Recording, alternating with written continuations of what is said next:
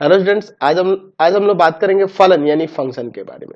देखिए, फलन जिसका उपयोग हमारे अभी दैनिक जीवन में बहुत ज्यादा होते जा रहा है, साथ ही साथ साइंस के क्षेत्र में, अर्थशास्त्र के क्षेत्र में, इन सब क्षेत्रों में भी इसका प्रयोग बृहद रूप से होते जा रहा है। देखिए, फलन शब्द की उत्पत्ति एक लैटिन शब्द से हुई है, लैटिन शब्द से हुई है, जिसका अर्थ होता है संक्रिया यानी कि ऑपरेशन। ऑपरेशन, ठीक है। ये संक्रिया जो देख रहे हैं, ऑपरेशन जो देख रहे हैं, ये किस प्रकार के ऑपरेशन होंगे, किस तरह की संक्रिया होगी, चलिए इसको समझते हैं। मान लीजिए मैं यहां पर एक वास्तविक संख्या x लेता हूं और मैं कह रहा हूं कि इस वास्तविक संख्या x पर एक संक्रिया करता हूं एक वर्ग करने की, इस वास्तविक संख्या x का वर्ग करने की। तो जब मैं वर्ग करूंगा तो हमें एक नई संख्या मिलेगी जो x स्क्वायर होगी। तो हमने यहां पे क्या दिया कि ये जो वास्तविक संख्या हमने x ली है, इस पर एक वर्ग की संक्रिया की, जिसके फलस्वरूप हमें एक नई संख्या x स्क्वायर प्राप्त हो रही है।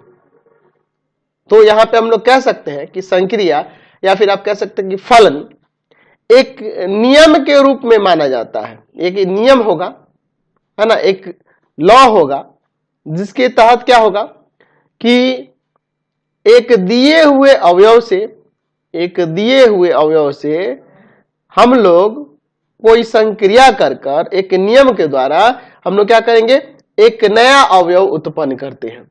तो उसी को हम लोग क्या कहते हैं, फलन कहते हैं, ठीक है। वही नियम क्या कहलाता है, फलन, जिसके द्वारा हम लोग क्या करते हैं, एक दिए हुई संख्या में हम लोग उस नियम के तहत संक्रिया करके हम लोग एक नई संख्या प्राप्त करते हैं, और उसी को हम लोग क्या कहते हैं, फलन कहते हैं। या आप इसे नियम कह सकते हैं, या फिर आप इसे प्रतिचित्र भी कह सकते हैं। प्रतिचित्र यानी कि मैप, या प्रतिचित्रण भी कह सकते हैं। प्रतिचित्रण, इसके कई सारे नाम हो जाएंगे। प्रतिचित्रण यानी कि मैपिंग। तो चलिए हम लोग पहले बात करते हैं फलन यानी कि फंक्शन की परिभाषा की, ठीक है। फलन की परिभाषा क्या हम लोग दे सकते हैं, फलन होता क्या है, और फिर हम लोग इसके बारे में आगे बढ़ेंगे। तो हम इसकी परिभाषा ऐसे दे सकते हैं, माना ए और बी, माना ए और बी दो अरिक्त समुच्चय हैं, दो अरिक्त समुच्चय हैं। ए से बी में फलन जो होता है, ए से बी में फलन एक नियम है, एक नियम को मान लेते हैं कि वह नियम f है, जो a के प्रत्येक अवयव को b, समुच्चय b के एक अद्वितीय अवयव से संबंधित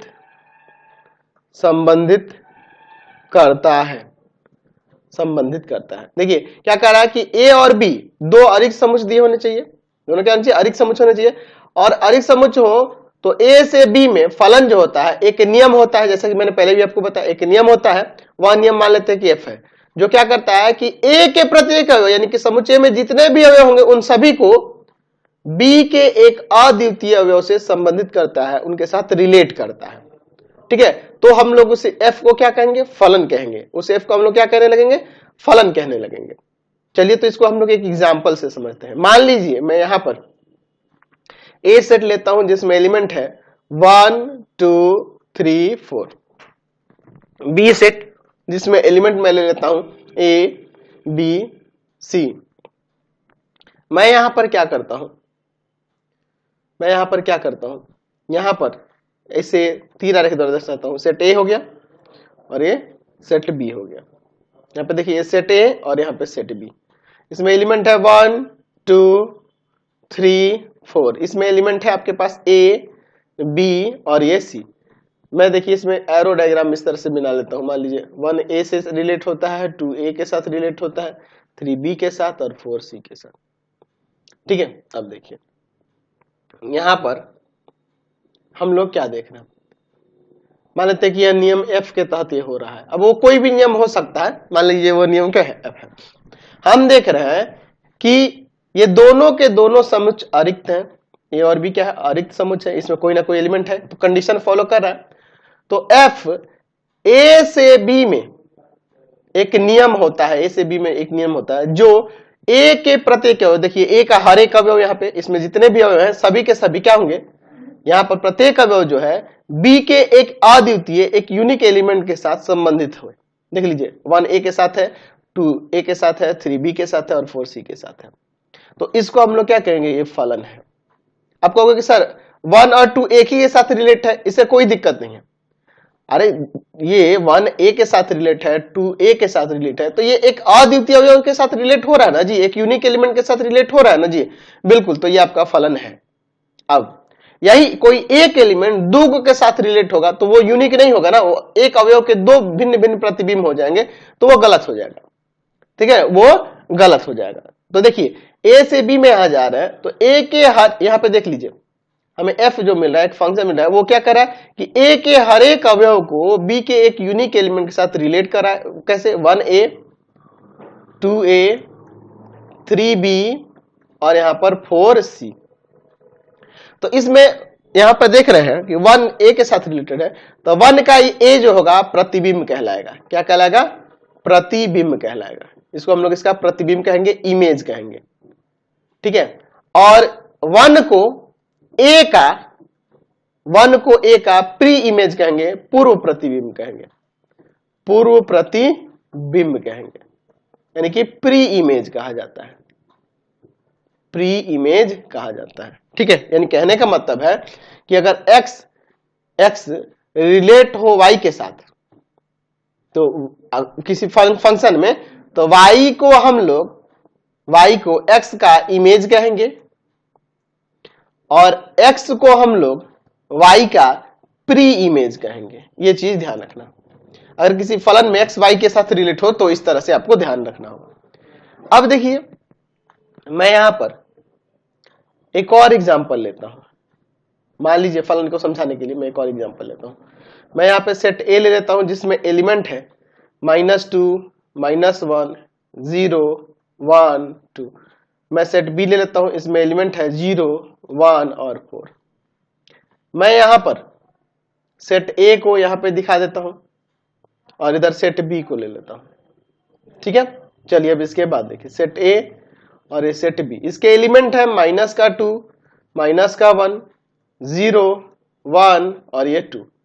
इसका एलिमेंट है 0 1 और 4।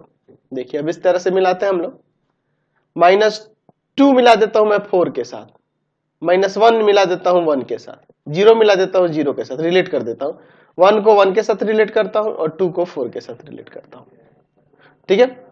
हम लोग देख रहे हैं कि यहां पर दोनों अरिक्त समुच्चय, ए के हर एक अवयव का इसमें बी में हम लोग क्या देख रहे हैं, यूनिक तरीके से प्रतिबिंब मिल रहा है, हर एक अवयव का यूनिक तरीके से। हाँ, दुगो का एक ही प्रतिबिंब हो सकता है, चलेगा, कोई दिक्कत नहीं है। हाँ, किसी एक एलिमेंट का एक से अधिक प्रतिबिंब ना हो तो वो तो यूनिक नहीं कहलाएगा ना, फिर है ना, दुगो का तीन गो का एक ही प्रतिबिंब हो जाए उससे कोई दिक्कत नहीं है, यूनिक है इसलिए वो हो जाएगा। तो यहां पे हम लोग कह सकते हैं कि ये ए से बी में एफ एक फलन है।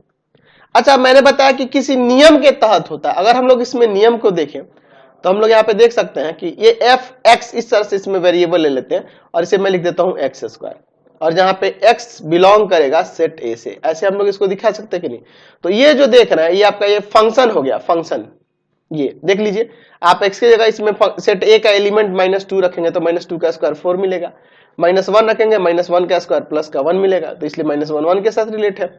0 रखेंगे तो 0 का स्क्वायर 0 मिलेगा, 1 रखेंगे तो 1 का स्क्वायर 1 मिलेगा, 2 रखेंगे तो 2 का स्क्वायर 4 मिलेगा। तो इसी नियम के तहत ना हो रहा है, तो हमने यहाँ पे नियम क्या देखा है कि वो fx = में x² है। तो यही आपका ये फंक्शन है जिस नियम के तहत ए बी के एलिमेंट के साथ रिलेट हो रहा है, ठीक है ना जी।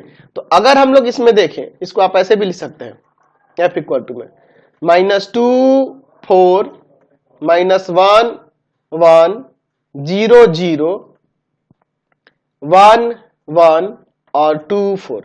तो इसमें हम लोग ध्यान रखेंगे कि यहां जैसे 4 हुआ ये -2 का इमेज होगा और -2 जो होगा 4 का प्री इमेज होगा, ऐसे आप कह सकते हैं ना जी, ऐसे लिख सकते हैं। अच्छा, यहाँ पे समझ गए? तो एक काम करो ना, इसको याद रखने के लिए यहाँ पे मैं लिख ही देता हूं, याद रखने के लिए मैं लिख ही देता हूं, याद रखने के लिए कि यदि एफ ए के अवयव, मान लेते हैं सेट ए के अवयव ले लेते हैं एक्स है, को बी के अवयव वाई से संबंधित करता है तो वाई एक्स का एफ के अधीन प्रतिबिंब कहलाता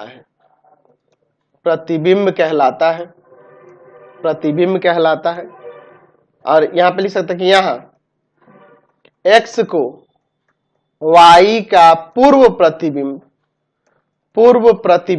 प्री इमेज कहते हैं, पूर्व प्रतिबिंब यानी कि प्री इमेज कहते हैं। इसको याद रखने के लिए हम लोग लिख लिए, ठीक है। अच्छा, हमने फलन की यहां परिभाषा देखी कि दो समुच्चय अधिक होने चाहिए, है ना, ए और बी, और ए से बी में फलन एक नियम होता है जो ए के हर एक अवयव, ए में सेट में जितने भी एलिमेंट होंगे सभी का इमेज जो होगा, यानी सभी अवयव जो होंगे, उसके सभी अवयव जो होंगे बी के अवयव यूनिक एलिमेंट के साथ रिलेट होंगे। तो इसकी परिभाषा में मैं थोड़ा सा बदलाव लाता हूं।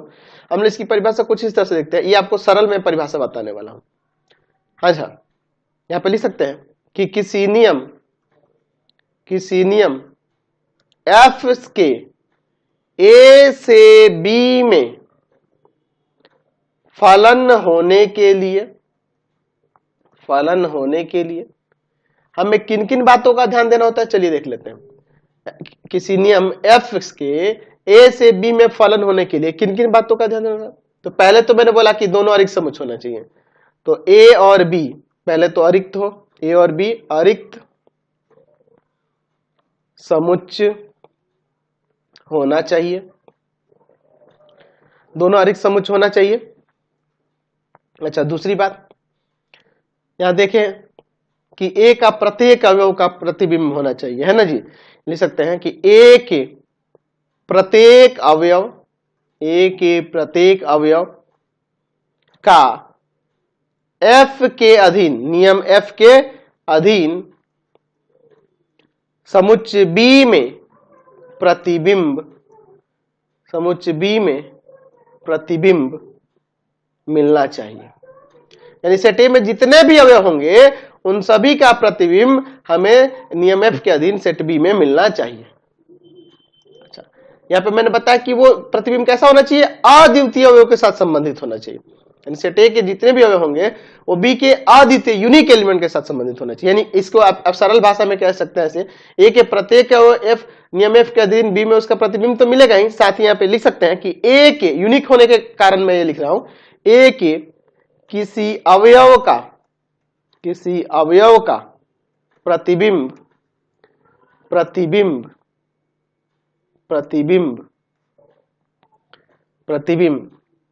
क्या होना चाहिए जी, प्रतिबिंब बी में एक से अधिक नहीं होना चाहिए।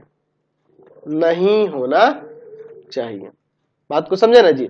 यानी तीन चीजें अब हम लोग कंसेप्ट क्लियर कर लेते हैं कि समुच्चय ए से बी में एफ को फलन होने के लिए दोनों समुच्चय अरिक्त होना चाहिए। ए में जितने भी होंगे उन सब का जो नियम होगा उसके तहत एफ नियम जो होगा उसके तहत बी में उसका प्रतिबिंब मिलना चाहिए, और ए के किसी भी अवयव का बी में एक से अधिक प्रतिबिंब नहीं होना चाहिए। यानी कि वो दोनों से यहां से पता चल रहा है कि वो प्रतिबिंब यूनिक होना चाहिए, है ना जी। मैंने क्या बताया था, वो प्रतिबिंब जो होना चाहिए वो क्या होना चाहिए, अद्वितीय होना चाहिए, यूनिक होना चाहिए। समझे? जैसे आप कुछ एग्जांपल से समझिए, आपको बताना है कि ये फलन है या नहीं है। ठीक है, मैं यहाँ पे सेट ले लेता हूं, इसके एलिमेंट यहाँ पे 1 2 3 4, यहाँ पे मान लीजिए ए लेता हूं, बी लेता हूं, सी लेता हूं और डी लेता हूं। ठीक है, इसी को मैं कॉपी पेस्ट कर देता हूं, ये सेट ए सेट बी कर देते हैं। ठीक है, चलिए अब इसके बाद देखिए, मैं यहां पर 1 को ए के साथ, 2 को बी के साथ, 3 को सी के साथ और 4 को डी के साथ रिलेट करता हूं। यहाँ 1 ए के साथ, 2 ए के साथ, 3 बी के साथ और 4 सी के साथ रिलेट करता हूं। ठीक है, 1 ए के साथ, 1 बी के साथ, 2 सी के साथ, 3 डी के साथ, 4 डी के साथ, 1 ए के साथ, 2 बी ए के साथ, 3 बी के साथ। ठीक है ना जी, चलिए अब इसके बाद देखते हैं कि कौन फलन है और कौन नहीं है। यहां पे देखिए, यहां मैं देख रहा हूं कि दोनों के दोनों समुच्चय अरिक्त है। ठीक है, यानी दोनों में कुछ ना कुछ अवयव है। तो पहली स्थिति हर एक के लिए फॉलो कर रही है, दोनों समुच्चय अरिक्त है।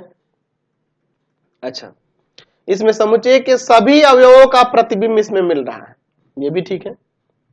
ए में कोई ऐसा अवयव नहीं है जिसका एक से अधिक प्रतिबिंब बी में मिले, ये भी ठीक है। तो इसलिए कह सकते हैं कि ये फलन है, ये फलन है, ये हो जाएगा। यहां पे चलते हैं, दोनों तो अरिक्त है। ए के हर एक अवयव का बी में प्रतिबिंब है और एक ए में कोई एक ऐसा अवयव नहीं है जिसका एक से अधिक इसमें बी में प्रतिबिंब मिले, ऐसा भी नहीं हो रहा है, इसलिए भी फलन है। यहां देखिए, दोनों अरिक्त है। ए के हर एक अवयव का बी में प्रतिबिंब है, लेकिन एक समुच्चय में एक अवयव एक देख रहे हैं जिसका बी में 2 प्रतिबिंब मिल जा रहा है, जो कि संभव नहीं है, इसलिए फलन नहीं है। ए और बी अरिक्त है।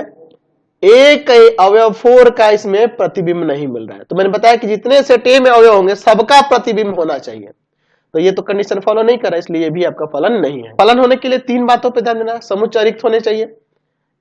अगर ए से बी में फलन हो रहा है तो ए के प्रत्येक अवयव का बी में प्रतिबिंब होना चाहिए और ए के किसी भी अवयव का ए बी में एक से अधिक प्रतिबिंब नहीं होना चाहिए। तो अगर मान लीजिए कोई एफ ए से बी में फलन है, यदि एक नियम एफ है, ए से बी में एक फलन है, तो हम इसे इस प्रकार लिखते हैं। कैसे लिखेंगे? एफ ए टू बी, इसको क्या पढ़ेंगे कि एफ जो है ए से बी में एक फलन है, ए से बी में एक फलन है। अच्छा, फलन तो यह हमने देख लिया। क्या फलन जो होता है, क्या यह एक संबंध भी होता है? हाँ, बिल्कुल ये संबंध होता है, क्योंकि फलन जो होगा अगर ए से बी में हो रहा है तो जरूर ए क्रॉस बी का सबसेट होगा, तो इसलिए फलन जो होता है एक संबंध भी होता है। तो क्या हर एक फलन संबंध भी होता है? हर एक फलन संबंध होता है? हाँ, बिल्कुल होगा। लेकिन क्या हर एक संबंध फलन हो जाएगा? नहीं हो सकता, संबंध फलन नहीं हो सकता है। क्योंकि संबंध में हम लोग देखते हैं कि अगर आर कोई संबंध हो रहा है तो सिर्फ देखा जाता है कि ए क्रॉस बी का वो सबसेट है, लेकिन इसमें अलग अलग चीजें देखनी पड़ी, हमें 3 चीजें अरिक्त होना चाहिए। ठीक है, ए के हर एक अवयव का बी में प्रतिबिंब होना चाहिए, लेकिन संबंध में ऐसा नहीं है। अगर मैं मान लो कोई आर रिलेशन लिख दूं, अगर मैं यहाँ पे 1 ए के साथ रिलेट है यही लिख देता हूं, तो ये भी ये संबंध है, तो क्या ये फलन होगा? नहीं होगा। तो यहां ध्यान रखना कि हर एक फलन संबंध होता है, क्योंकि जो भी फंक्शन होगा वो ए से अगर बी में हो रहा है फंक्शन, तो वो ए क्रॉस बी का सबसेट होगा ही, ए क्रॉस बी का सबसेट होगा ही। लेकिन अगर बात करेंगे अगर संबंध की, तो हर एक संबंध जो होता है फलन नहीं हो सकता है। ठीक है, तो दोनों में यही अंतर है। तो दोनों में अंतर क्या है? अगर हम लोग बात करेंगे कि संबंध और फलन में अंतर क्या है, तो मैं यहाँ पे ऐसे लिख सकता हूँ, चार्ट बना के मैं ऐसे बता सकता हूँ। चलिए मैं यहाँ अंतर दोनों में दिखा देता हूँ। मान लीजिए ए से बी में कोई फलन हो रहा है और ए से बी में कोई संबंध हो रहा है, ए से बी में संबंध जो हो रहा है, तो संबंध में हम लोग क्या देखते हैं कि बस वो ए क्रॉस बी का सबसेट होना चाहिए, ए से बी में हो रहा है, तो इसमें हम लोग देखिए। और फलन में क्या देखते हैं हम लोग, क्या देखते हैं? तो इसमें पहले तो दोनों अरिक्त होना चाहिए। तो संबंध और फलन में ये चीज तो कॉमन है कि दोनों अरिक्त समुच्चय होना चाहिए, ये भी और ये भी, ए और बी अरिक्त समुच्चय होना चाहिए, इसके लिए भी और इसके लिए भी। तो दोनों में 3 चीजें कॉमन है। अंतर क्या है? तो अंतर है हम लोग यहाँ पे कह सकते हैं कि ए का प्रत्येक अवयव, फलन नहीं ना देखते हैं, प्रत्येक अवयव बी के किसी ना किसी अवयव से संबंधित होता है, संबंधित होता है। ठीक है। अच्छा, इसमें क्या देखते हैं कि ऐसे भी हो सकता है कि जरूरी नहीं है, कुछ अवयव का, कुछ अवयव ऐसे भी हो सकते हैं कि जो बी के साथ संबंधित ना हो, है ना जी। क्योंकि हमें बस वहां क्या देखना होगा कि ए क्रॉस बी का वो सबसेट होना चाहिए आर, तो बस वो संबंध हो जाता है। तो वहां पर हम लोग जरूरी नहीं है कि हर एक अवयव का, हर एक अवयव ए के हर एक अवयव बी के साथ रिलेटेड हो, ऐसा जरूरी नहीं है। तो यहाँ पे लिख सकते हैं, इसमें अंतर ही ना दिखाना, लिख सकते हैं कि ए में कुछ अवयव ऐसे भी, ऐसे हो सकते हैं, ऐसे हो सकते हैं जो बी के किसी अवयव, बी के किसी अवयव, किसी अवयव से संबंधित ना हो, ऐसा हम कह सकते हैं। चलिए, फलन में हम लोग और क्या देखते हैं कि ए के किसी भी अवयव का बी में एक से अधिक प्रतिबिंब नहीं होना चाहिए। इसमें तो एक से अधिक प्रतिबिंब हो सकता है, क्योंकि हमें बस तो ए क्रॉस बी का ना सबसेट देखना होगा। चलिए, यहां लिख सकते हैं कि ए का कोई अवयव, कोई अवयव बी के एक से अधिक, एक से अधिक अवयव से संबंधित, अवयव से संबंधित नहीं हो सकता या नहीं होता है। ठीक है, लेकिन इसमें ऐसा हो सकता है, तो हम लोग लिख सकते हैं कि ए का कोई अवयव, कोई अवयव बी के एक से अधिक, एक से अधिक अवयवों, एक से अधिक अवयवों से संबंधित, संबंधित हो सकता है, ऐसा हम लोग लिख सकते हैं। तो निष्कर्ष यहां पे हम लोग का ये निकलता है कि प्रत्येक फलन, प्रत्येक फलन एक संबंध होता है, लेकिन, लेकिन प्रत्येक संबंध फलन नहीं हो सकता, फलन नहीं हो सकता है। ठीक है ना जी, नहीं हो सकता है, ऐसा हम लोग यहाँ पे लिख सकते हैं। चलिए, अब हम लोग किसी फलन के प्रांत, परिसर और सह प्रांत की बात कर लेते हैं। यहाँ पे लिख सकते हैं किसी फलन का, किसी फलन का प्रांत यानी कि डोमेन, है ना, सह प्रांत, सह प्रांत यानी कि कोडोमेन, कोडोमेन तथा परिसर यानी, परिसर यानी कि रेंज। चलिए, इन सबको हम लोग समझते हैं एक एक करके, सबके बारे में। ठीक है, चलिए सबसे पहले हम लोग बात करते हैं यहाँ पे प्रांत की, है ना, डोमेन की। हम लोग यहाँ पर मान लेते हैं पहले कि माना एफ ए टू बी एक फलन है, इसका मतलब ही ना हो जी एफ ए से बी में एक फलन है। अगर फलन होगा, ए से बी में एक फलन होगा, तो फलन होगा तो उसमें हम लोग जानते हैं कि जो फलन होता है उसमें ए के हर एक अवयवों का प्रतिबिंब जो होगा यूनिक तरीके से बी में मिलेगा, ए के हर एक अवयव का, यानी कि प्रांत वाले यही सारे समुच्चय हो जाएगा। यहाँ पे लिख सकते हैं कि समुच्चय, समुच्चय ए को फलन एफ का प्रांत कहते हैं, प्रांत कहते हैं। ठीक है ना जी, प्रांत इसलिए कहते हैं क्योंकि इस एफ अगर फलन हो रहा है तो ए के हर एक एलिमेंट जो होंगे, है ना, हर एक एलिमेंट शामिल हो जाएंगे उसमें, तो प्रांत वाले अवयव इसी से आएगा ना जी। अच्छा, अब बात करते हैं सह प्रांत की, कोडोमेन की।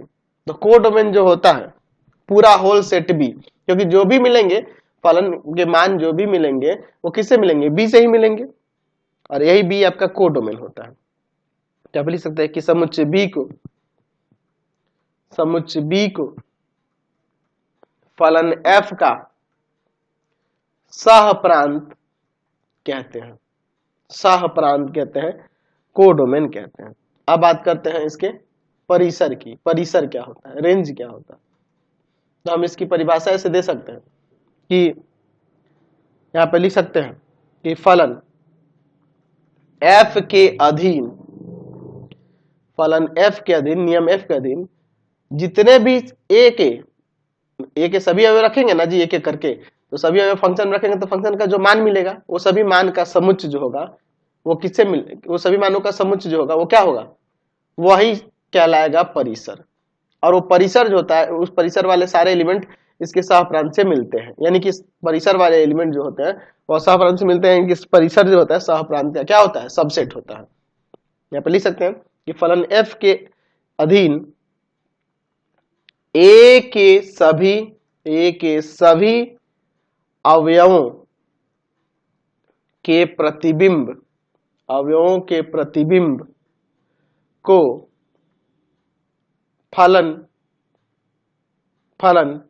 f का, सभी अवयवों के प्रतिबिंबों का समुच्चय, प्रतिबिंबों के समुच्चय को ऐसे कर देते हैं, प्रतिबिंबों के समुच्चय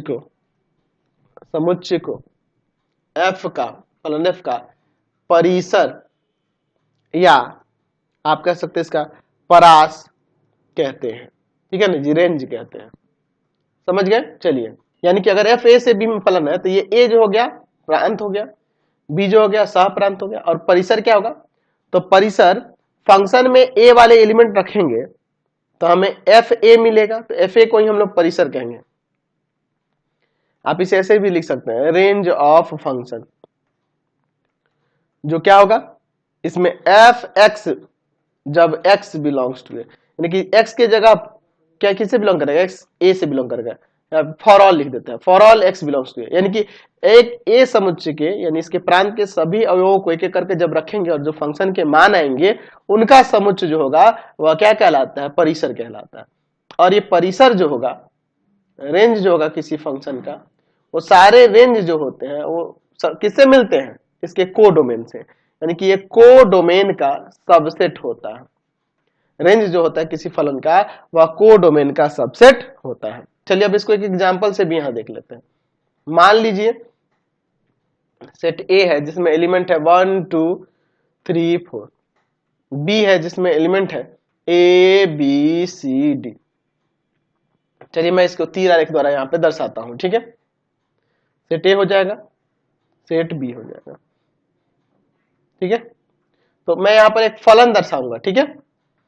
तो फलन दर्शाने के लिए तीन बातों का ध्यान रखना होगा, दोनों समुच्चय रिक्त होना चाहिए।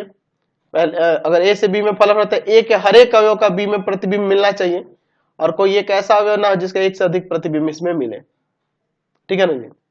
तो ये आप परिभाषा जानते हैं।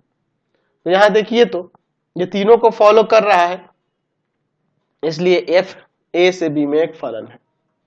तो यहां पर अगर इसके प्रांत की बात करें, डोमेन की बात करें इस फंक्शन के, तो सेट A 1 2 3 4 यही हो जाएगा। कोडोमेन की बात करें, कोडोमेन बात करें इस फंक्शन का, तो होल सेट B हो जाएगा, ठीक है। और रेंज की बात करें, परिसर की बात करें, रेंज की बात करें फंक्शन के, तो इसमें जो रिलेट होंगे किसी जिस नियम के तहत, नियम f के तहत A के अवयव जिसके साथ रिलेट होंगे उन्हीं का समुच्चय, यानी कि सिर्फ इसमें A B C ये नहीं लेंगे क्योंकि ये किसी के साथ रिलेट नहीं है।